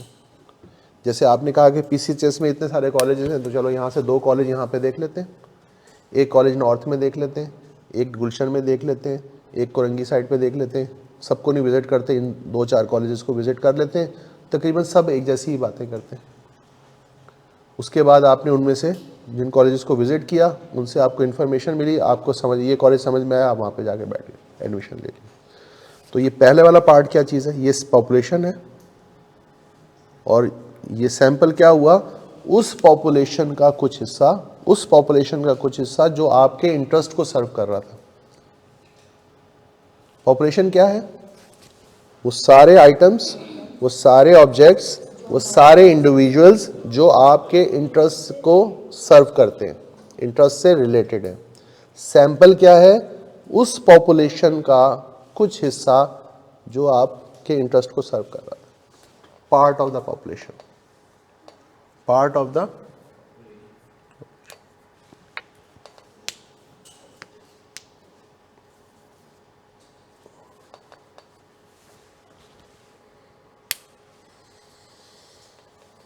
ये देखें बेटा, कहते हैं population includes all of the elements from a set of data. और सैंपल क्या है? A sample consist one or more observations drawn from the population. उस पॉपुलेशन से कुछ पार्ट आपने सिलेक्ट कर लिया। ठीक हो गया? अच्छा, फिर एक बड़ी, दो बहुत इंपॉर्टेंट टर्म्स हैं यहाँ पर, नंबर 1 है पैरामीटर, नंबर 2 है स्टैटिस्टिक। एक होता है स्टैटिस्टिक्स, आगे एस भी लिखा हुआ होता है, वो सब्जेक्ट का नाम है स्टैटिस्टिक्स। यहाँ क्या लिखा हुआ है? स्टैटिस्टिक, एस नहीं है इसके अंदर। पैरामीटर और स्टैटिस्टिक का फर्क समझते हैं, क्या चीज़ होती है। देखो बेटा, कोई आपसे ये पूछे कि पैरामीटर क्या होता है, तो जो पहली बात आप उसके बारे में बता सकते हैं वो ये है कि वो एक न्यूमेरिक क्वांटिटी होती है। क्या होती है? न्यूमेरिक क्वांटिटी का मतलब जिसको आप नंबर्स में बता सकते हैं। तो पैरामीटर क्या होता है बेटा?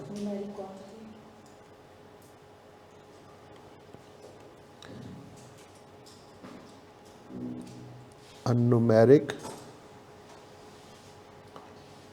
क्वांटिटी। ठीक है, फिर वो आपसे पूछेंगे भाई ये न्यूमेरिक क्वांटिटी करती क्या है, तो आप कह सकते हैं कि ये कैरेक्टरिस्टिक्स बताती है। क्या करती है?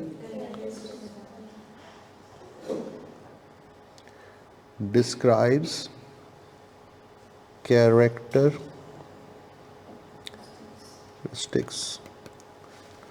वो पूछेगा आपसे कि भाई किसकी कैरेक्टरिस्टिक्स, तो आप कहेंगे ऑफ पॉपुलेशन।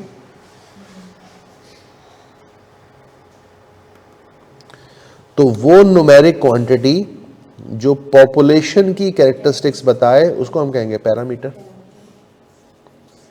अच्छा, अब आते हैं स्टैटिस्टिक पे।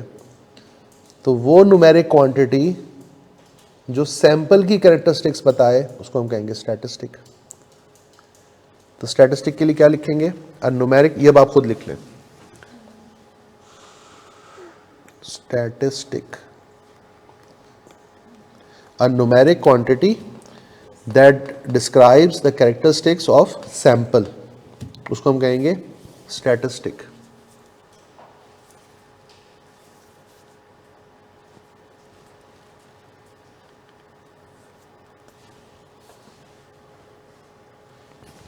numeric quantity describes the characteristics of population, parameter। numeric quantity describes the characteristics of sample, statistic। अब उसके बाद वो आपसे ये पूछ सकता है कि बेटा इसकी कोई एग्जांपल्स भी दो, तो एग्जांपल्स लिखते हैं। तो पैरामीटर की एग्जांपल्स हैं पॉपुलेशन एवरेज।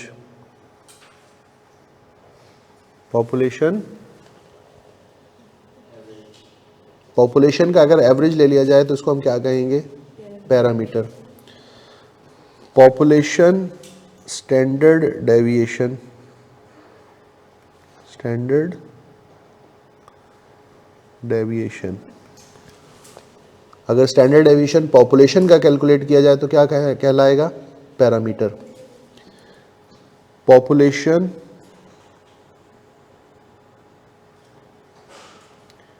प्रोपोर्शन, प्रोपोर्शन समझते हैं? आपकी क्लास में बॉयज़ का प्रोपोर्शन, तो number of boys divide by total class. आपकी क्लास में मेडिकल स्टूडेंट्स का प्रोपोर्शन, तो वो स्टूडेंट्स जो मेडिकल बैकग्राउंड से हैं उनका number divide by total class, इसको कहते हैं प्रोपोर्शन। ठीक है,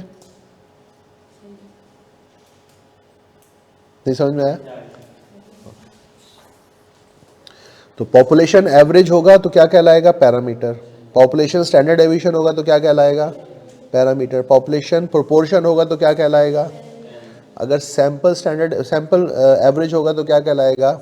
स्टैटिस्टिक। सैंपल स्टैंडर्ड डेविएशन होगा तो क्या कहलाएगा? और अगर सैंपल प्रोपोर्शन होगा तो क्या कहलाएगा? स्टैटिस्टिक। तो प्रोपोर्शन पैरामीटर और स्टैटिस्टिक का डिफरेंस समझ में आ गया बेटा? यहाँ तक जो कुछ हमने पढ़ा है, ये अगर आपको कोई चीज़ इसमें ऐसी है जो कंफ्यूज कर रही हो तो आप पूछ सकते हैं, और अगर नहीं कर रही तो आप रिपीट कर सकते हैं। स्टैंडर्ड डेविएशन अभी हम पढ़ेंगे आगे जाकर। एवरेज, स्टैंडर्ड डेविएशन, प्रोपोर्शन, ये तो सिर्फ मैंने एग्जांपल के तौर पे आपको बता दिया कि होता क्या है। ये सब कुछ हमने आगे जाके डिस्कस करना है। तो बेसिकली हम कहाँ से चले थे आज के लेक्चर में? हम चले थे डाटा से। ठीक है, तो डाटा क्या चीज़ होती है? Facts and figures. ठीक है, डाटा हमें कितनी फॉर्म्स में मिलता है? क्वालिटेटिव फॉर्म में और क्वांटिटेटिव फॉर्म में। ठीक है, क्वालिटेटिव डाटा कौन सा होता है? जो न्यूमेरिक टर्म्स में नहीं बताया जा सकता, जिसको नंबर्स में एक्सप्लेन नहीं किया जा सकता, ठीक है। इसके कंपैरिजन में क्वांटिटेटिव डाटा कौन सा होता है, जिसको आप नंबर्स में बता सकते हैं, जिसका आंसर नंबर्स में दिया जा सकता है। फिर उसके बाद उसको हमने डिवाइड किया था डिस्क्रीट और, तो डिस्क्रीट वेरिएबल वो वेरिएबल होता है जो हमें काउंटिंग से मिलता है, और कंटिन्यूस वेरिएबल मेजरमेंट से मिलता है, ठीक है। ओके, उसके बाद पॉपुलेशन और सैंपल, पॉपुलेशन सॉरी प्राइमरी और सेकेंडरी, पहले प्राइमरी सेकेंडरी डाटा था। तो प्राइमरी डाटा कौन सा होता है, जो रिसर्चर की नीड के लिए कलेक्ट होता है, और सेकेंडरी डाटा जो किसी और पर्पस के लिए कलेक्ट होता है, हम उसको अपने लिए यूज़ करते हैं, बिल्कुल ठीक है। और उसके बाद पॉपुलेशन, वो सारे आइटम्स, वो सारे इंडिविजुअल्स, वो सारे ऑब्जेक्ट्स जो हमारे इंटरेस्ट से रिलेटेड हैं। और पॉपुलेशन की कैरेक्टरिस्टिक्स बताने वाली आइटम को क्या बोलते हैं, पैरामीटर। उसकी एग्जांपल्स कौन कौन सी हैं, population average, population standard deviation, population. इसी तरह सैंपल है आपका, सैंपल क्या है, उस पॉपुलेशन का कुछ पार्ट, ठीक हो गया। और सैंपल की कैरेक्टरिस्टिक्स बताने वाली उसको क्या बोलते हैं, स्टैटिस्टिक बोलते हैं। अच्छा, इसी तरह एक इसमें एक टर्म यूज़ होती है क्वालिटेटिव डाटा के अंदर, ऊपर हमने देखा था क्वालिटेटिव डाटा। इस क्वालिटेटिव डाटा को हम डिवाइड कर लेते हैं नॉमिनल और ordinal, nominal and ordinal. Qualitative data को फर्दर हम डिवाइड कर लेते हैं दो पार्ट्स में, एक है नॉमिनल डाटा और दूसरा है ordinal data. Nominal data, thank you sir, शुक्रिया। नॉमिनल डाटा बेटा कौन सा डाटा है, इसको कहते हैं नेमिंग डाटा। नेमिंग डाटा यानी ये जो दोनों है, नॉमिनल हो या ऑर्डिनल हो, इस पे अर्थमेटिक अप्लाई नहीं हो सकता। अर्थमेटिक समझते हैं, प्लस माइनस मल्टीप्लिकेशन डिवीजन, ये इस टाइप ऑफ डाटा पे नहीं हो सकता। नॉमिनल डाटा होता है नेमिंग डाटा, यानी चीज़ों के नाम लिख लें आप, इसको कहते हैं नेमिंग डाटा। नॉमिनल किससे निकला है, नेमिंग से। ऑर्डिनल ऑर्डर से निकला है, यानी ये ऐसा डाटा होता है कि जिसके अंदर एक नेचुरल ऑर्डर मौजूद होता है। मिसाल के तौर पर हम कहते हैं ये 5 स्टार होटल है, ये 4 स्टार होटल है, ये 3 स्टार होटल है। तो जब हम 5 स्टार, 3 स्टार, 4 स्टार बोल रहे हैं तो एक नेचुरल ऑर्डर उसके अंदर मौजूद है। 5 स्टार का मतलब सबसे बेहतरीन होटल, 4 स्टार का मतलब इससे थोड़ा सा कम, 3 स्टार का मतलब इससे थोड़ा सा कम।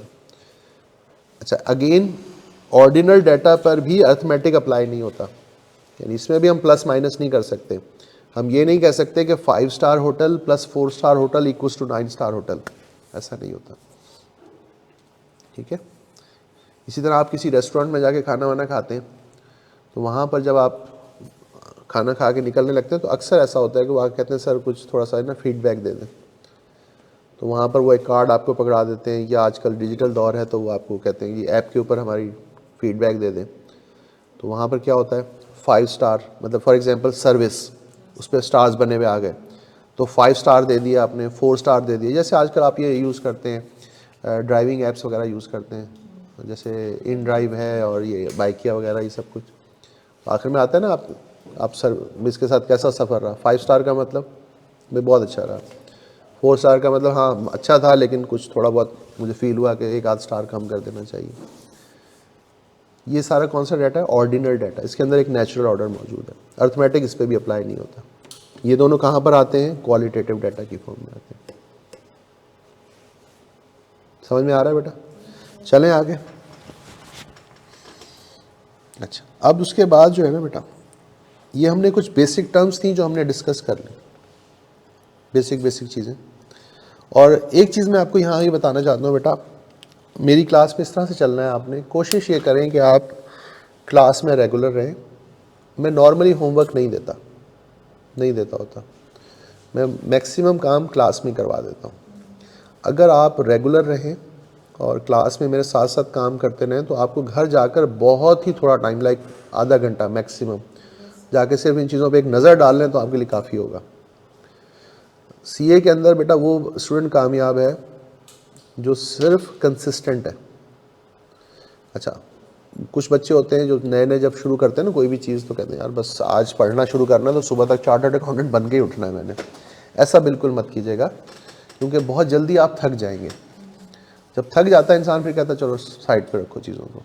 अपनी लाइफ के अंदर ना एक बैलेंस क्रिएट करें। उस बैलेंस का मतलब ये है कि एक आपका अपने लिए, अपनी ज़ात के लिए भी टाइम निकालें।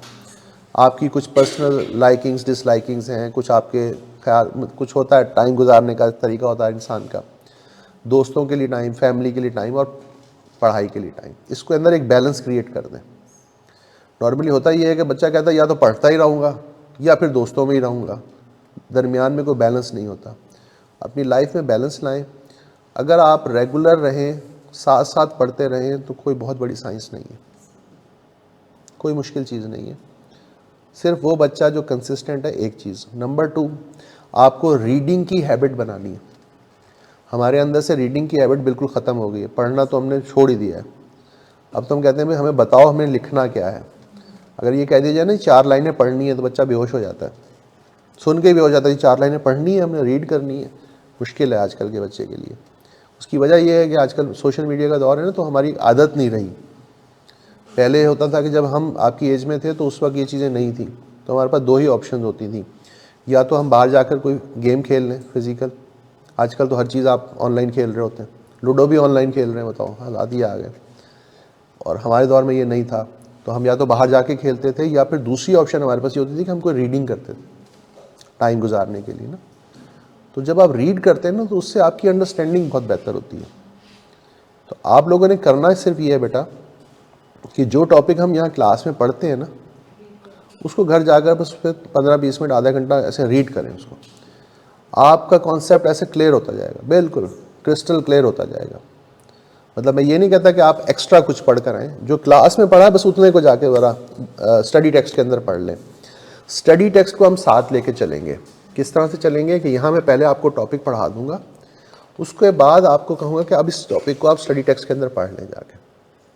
तो जैसे जैसे आप उसको पढ़ते जाएंगे आपके कॉन्सेप्ट क्लियर होते जाएंगे।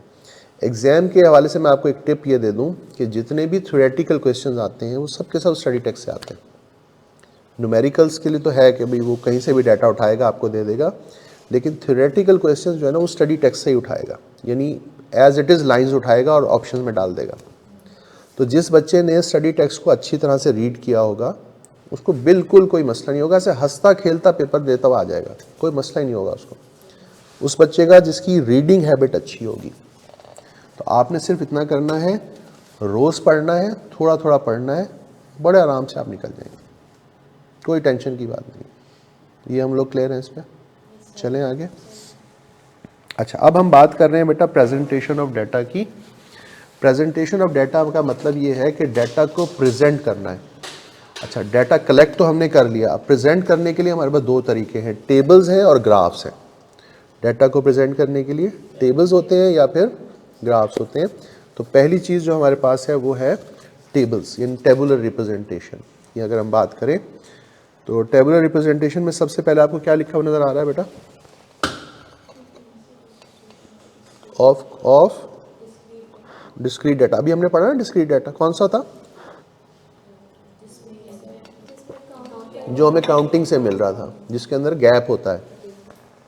ओके, ये देखें बेटा, ये आपके सामने एक एग्जाम्पल है। इस एग्जाम्पल में आपको क्या चीज़ नज़र आ रही है? वो ये कहता है कि यहाँ पर आपने एक डिस्ट्रीब्यूशन बनानी है। ये आपको क्लियर सबको नज़र आ रहा है ना? नहीं, क्या चीज़ सामने आ रही है? हाँ, अच्छा, वैसे मतलब पूरा वो मसला नहीं, मतलब ये यहाँ पे एक मैसेज का मेरे पास विंडो चल रही है, वहाँ तो नहीं आ रही? ओके, बस ठीक है। तो यहाँ पर देखो बेटा, आपको कहता है the following is the number of female employees working in different branches of a commercial bank. हमने एक कमर्शियल बैंक की डिफरेंट ब्रांचेस को विज़िट किया, और विज़िट करने के बाद हमने वहाँ पे क्या चीज़ नोट की कि इस ब्रांच में कितनी फ़ीमेल एम्प्लॉइज़ काम कर रही हैं। तो पहली ब्रांच में जब हम गए तो हमने वहाँ पे देखा कि उसमें 2 फीमेल एम्प्लॉइज काम कर रही थी, हमने नंबर 2 लिख लिया यहाँ पे। दूसरी ब्रांच में गए तो 4, तीसरी ब्रांच में गए 6, चौथी ब्रांच में गए 1, और इस तरह से हमने हर ब्रांच का डाटा कलेक्ट कर लिया। तो ये डाटा क्या है? नंबर ऑफ फीमेल एम्प्लॉइज का। और अब उसके बाद वो क्या कहता है? उसके बाद वो हमसे ये कहता है कि make a frequency distribution, frequency distribution बनाएं इसकी। तो ये फ्रीक्वेंसी डिस्ट्रीब्यूशन कौन से वेरिएबल की बन रही है?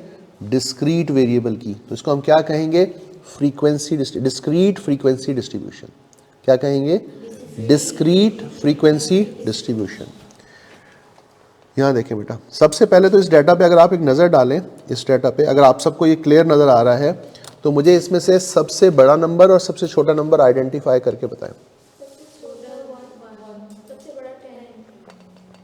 फिर देखो 10 के साथ ही लिखा हुआ 0, ये देखें, मिला? कोई बात नहीं, खैर हो गया। तो सबसे छोटा नंबर है 0। 0 का मतलब है कुछ ब्रांचेस ऐसी थी जहां पे कोई भी फीमेल एम्प्लॉय काम नहीं कर रही, और 10 का मतलब है 10 फीमेल। ठीक है, तो हमने क्या काम किया? हमने यहाँ पर, आपने क्या करना है, 3 कॉलम बनाने। पहले कॉलम में लिखना है नंबर ऑफ एम्प्लॉइज, दूसरे कॉलम में आपने लिखना है टैली, और तीसरे कॉलम में आपने लिखना है फ्रीक्वेंसी। ठीक है, अच्छा अब यहाँ पर हम इसको कैसे लेके चलेंगे, टैली इसे कैसे बनाएंगे? देखिए बेटा, यहाँ पे पहला नंबर है 2, ऊपर अगर डाटा में देखें, मैं यहाँ 2 को यहाँ पे क्रॉस करूँगा और यहाँ पर 2 के सामने एक लाइन लगा दूंगा। वहाँ 2 को क्रॉस किया, यहाँ 2 के आगे एक लाइन लगा दी। उसके बाद सेकंड नंबर क्या है? 4 को क्रॉस करें, अब 4 के आगे एक लाइन लगा दें। फिर 6, 1, 3, देन 5, फिर ये 3 है बेटा, 3 है 8 है, यस 3 है। 3 को क्रॉस करेंगे, 3 के सामने दूसरी लाइन आ जाएगी। फिर 7, एक लाइन आ जाएगी। 8, 6, फिर उसके बाद 4, फिर 7, फिर 4, फिर 4, फिर 2, देन 1, 3, देन 6, अगेन 4। पहले देखें 4 लाइनें लगी, 5वीं लाइन क्रॉस में लगाऊंगा। 4 line straight, 5th line cross में। ऐसा क्यों करते हैं? सिर्फ इसलिए करते हैं कि इसको जब हम देखेंगे ना तो पहचानना आसान है। ये जैसी नज़र आएगा इसको काउंट करना आसान है। 5, समझ में आई बात? इसको कंप्लीट आप लोगों ने करना है। शाबाश, जल्दी से कंप्लीट करके मुझे इसकी आपने फ्रीक्वेंसी बतानी है। और आपका टाइम शुरू होता है अब, 3 मिनट का टाइम है आपके पास।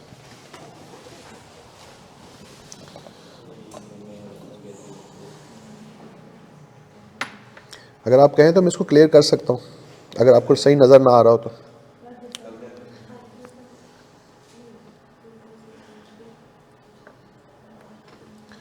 ये ना,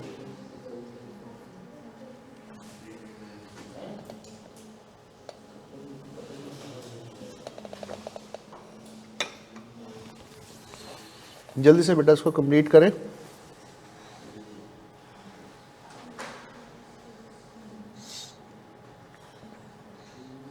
आजकल आपको पता है ना पीआरसी के पेपर चल रहे हैं।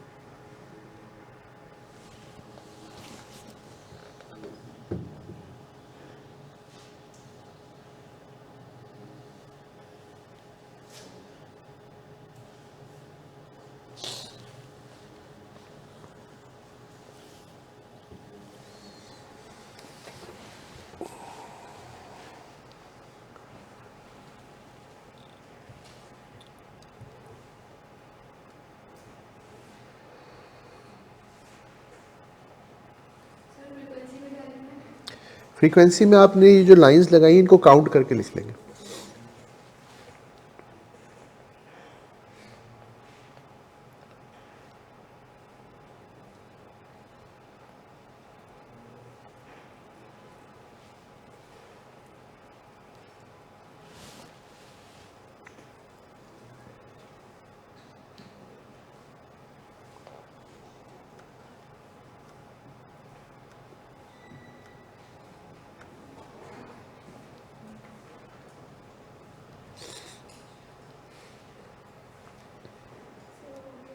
डन बेटा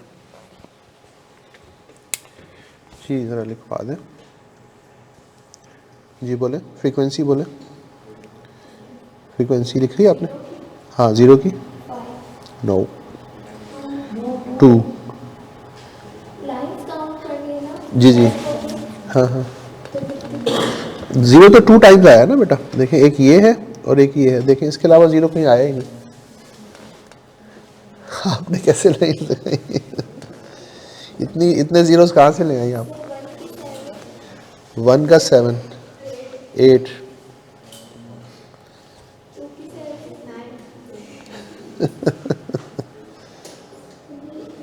आप बता दो बेटा।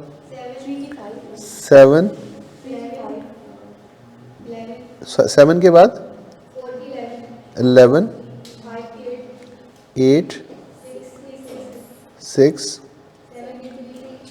3 5 5 5 बिल्कुल ठीक है। और इसका टोटल बेटा, मेरा ख्याल है कि इसका टोटल 69 होगा। चेक करें, चेक करें बेटा।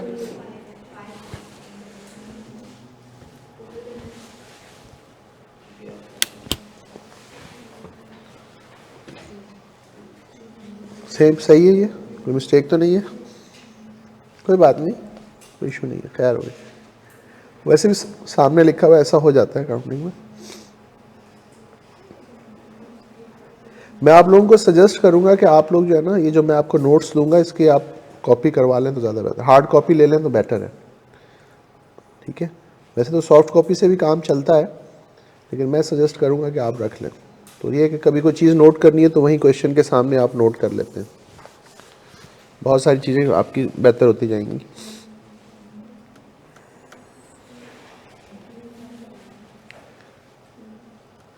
जी बेटा,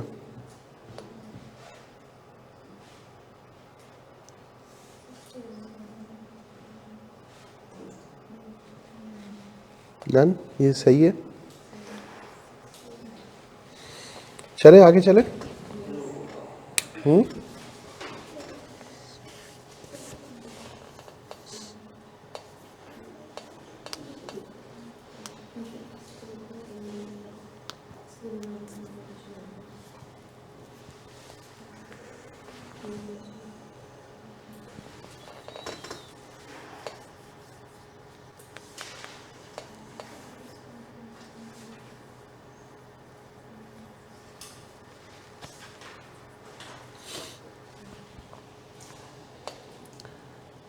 चलें आगे देखते हैं बेटा। ये 69 ही है बेटा, टोटल किया आप लोगों ने? ओके, कोई बात नहीं बेटा, इसको देखें, कोई इशू नहीं है। ये देखें, अब आपके सामने क्या आ रहा है बेटा? कंटिन्यूस फ्रीक्वेंसी डिस्ट्रीब्यूशन, ठीक है। यहाँ पर कितने कॉलम्स बने हुए नज़र आ रहे हैं? आपने 7 बनाने। अपने पास एक टेबल बना लें जिसमें 7 कॉलम्स होने चाहिए, जल्दी से।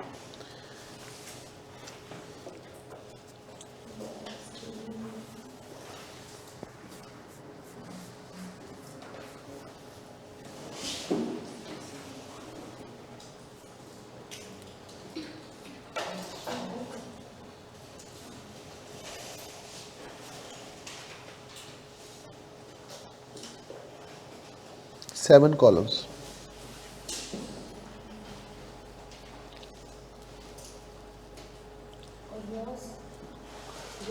रोज बनेंगी बेटा 1 2 3 4 5 6 7 8 8 रोज बनेंगी, एक हेडिंग की और 7 उसके अलावा।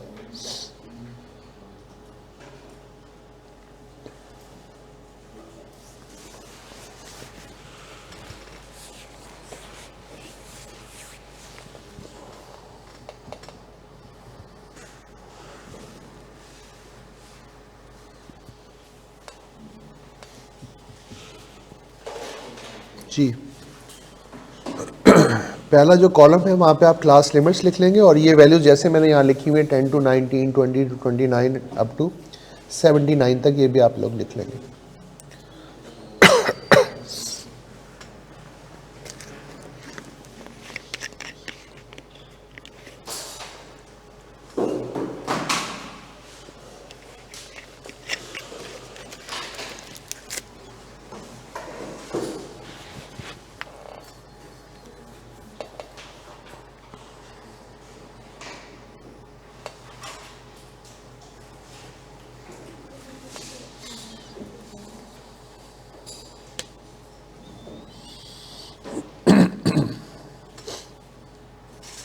अच्छा, पहला जो कॉलम है वहाँ पे आपने क्लास लिमिट्स लिख लेनी है। सेकंड कॉलम में आपने टैली लिख लेना है, टैली मार्क्स। थर्ड में फ्रीक्वेंसी, और उसके बाद ये जो हेडिंग्स आपको नज़र आ रही हैं, class boundaries, class marks, relative frequency और क्यूमुलेटिव फ्रीक्वेंसी। इस तरह ये 7 कॉलम्स आपके कंप्लीट हो जाएंगे। पहले कॉलम में क्लास लिमिट्स, दूसरे में टैली मार्क्स, उसके बाद फ्रीक्वेंसी,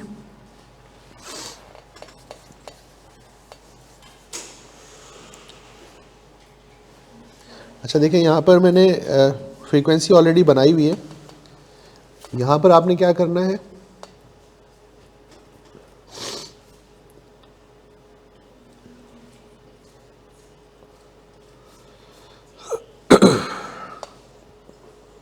सिर्फ 1 मिनट के लिए देख लें बेटा। उसी तरह टैली मार्क्स बनाएंगे जैसे पहले बनाई थी। डिफरेंस ये है कि यहाँ पे पहला नंबर क्या है, 23 है ना। 23 को क्रॉस करेंगे वो आएगा 20 और 29 के बिटवीन। 23 अगर आप देखें, पहला नंबर क्या लिखा हुआ था, तो वो कहाँ आना चाहिए, 20 और 29 के बिटवीन आना चाहिए। तो 20 और 29 के सामने हम एक लाइन लगा लेंगे। अच्छा, दूसरा नंबर लिखा हुआ है 50, वो कहाँ आना चाहिए, 50 और 59 के दरमियान। तो टैली मार्क वाले कॉलम में उसी तरह लाइंस लगाएंगे। इसी तरह 38 कहाँ आएगा बेटा, वो यहाँ पर आ जाएगा। 42 कहाँ आएगा, इस जगह पर। 63 कहाँ आएगा, यहाँ पर। 75 यहाँ पर। 42 यहाँ पर दूसरी लाइन आ जाएगी। तो बिल्कुल जैसे पहले आपने टैली मार्क बनाया उसी तरह टैली मार्क बना लेंगे। और फिर उसके बाद जब उसकी फ्रीक्वेंसी आप काउंट करेंगे तो आपको ये नंबर्स मिलने चाहिए जो यहाँ पे नज़र आ रहे हैं आपको ये। ठीक है, चलें शाबाश, जल्दी से इसको कंप्लीट कर लें। फ्रीक्वेंसी तक आ जाएं और चेक करें कि ये फ्रीक्वेंसी आ रही है आपके पास या नहीं।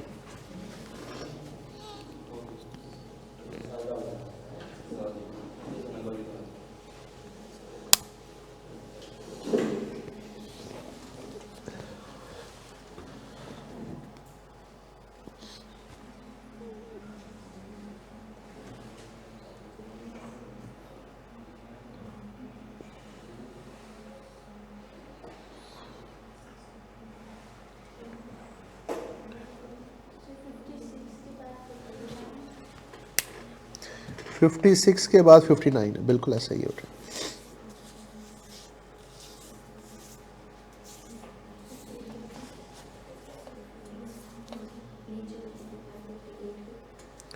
फिफ्टी 58 के बाद 59 है बेटा।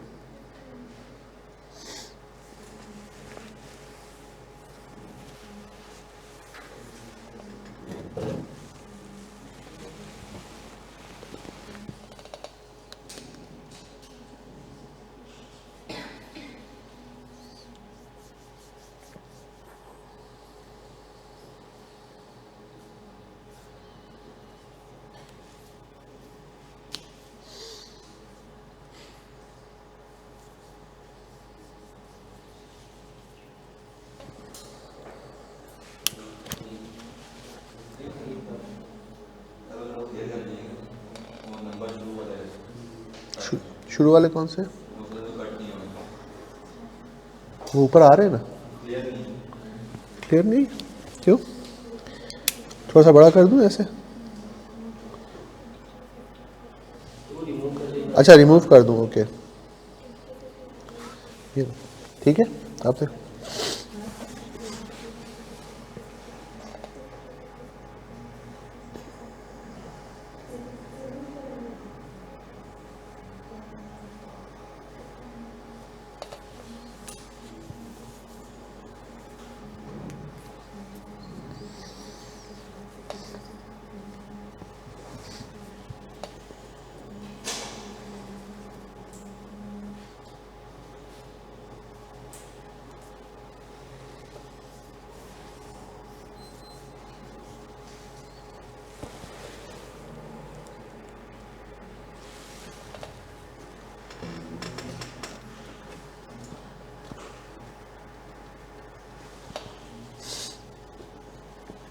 जी बेटा।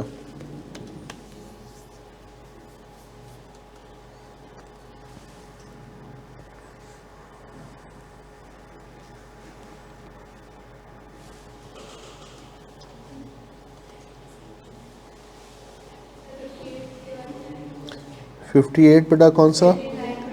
सॉरी, 1 2 3 4 5, 59 है। 58 के बाद 59।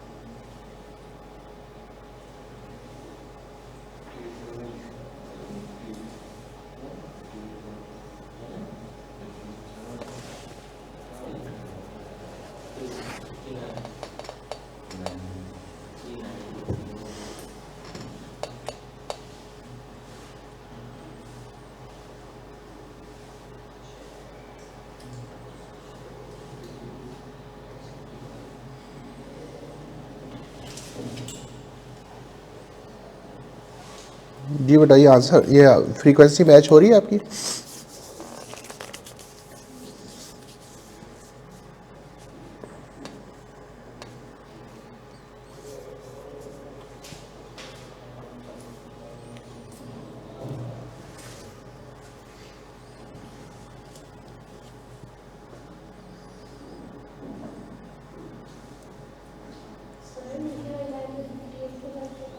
सर 59।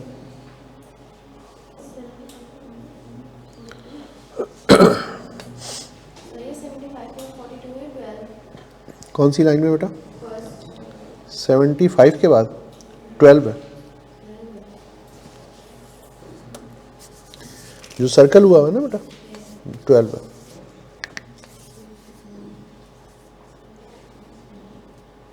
हाँ बेटा, मैच हो रही है फ्रीक्वेंसी? ठीक है, चले, काफ़ी है आज के लिए, कोई मसला नहीं है, इसको दोबारा देख लेंगे, कोई इशू नहीं है, परेशान बिल्कुल नहीं होना। कुछ नहीं हो रही। कोई बात, वो मैं उसकी वजह बता देता हूँ, क्योंकि आप स्क्रीन पर देख रहे हो ना, ये जब आपके सामने होगा ना, तो आप जब वहाँ पे क्रॉस करके इसको लिखेंगे तो फिर बिल्कुल एग्जैक्ट आ जाएगा। ठीक है, ये कोई परेशानी की बात नहीं है, इट्स ओके।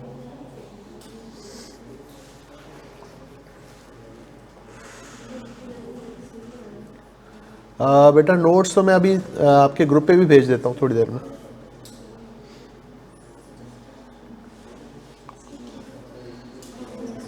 जी बेटा, फर्स्ट जो है वो 12 है, 42 नहीं है। बिल्कुल सही कहा आपने। हाँ जी, डन बेटा, आज के लिए काफ़ी है, चलें, अपना ख्याल रखिएगा। क्या हो गई? मैच हो गई? चलें, ज़बरदस्त। मैं कर देता हूँ बेटा, नेक्स्ट क्लास में इंशाल्लाह यहीं से स्टार्ट करेंगे, पहले इसको फिल करेंगे और फिर आगे चलेंगे। अभी हमने करना है इसको, इस क्वेश्चन को कंप्लीट करेंगे, नेक्स्ट क्लास में हम यहीं से स्टार्ट करेंगे। ओके, चलें जी, अपना बहुत ख्याल रखिएगा।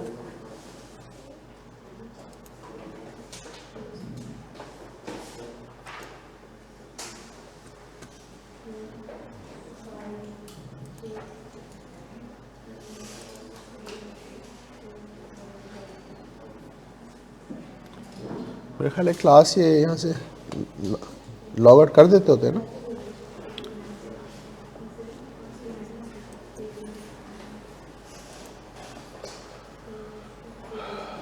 इसकी भी मीटिंग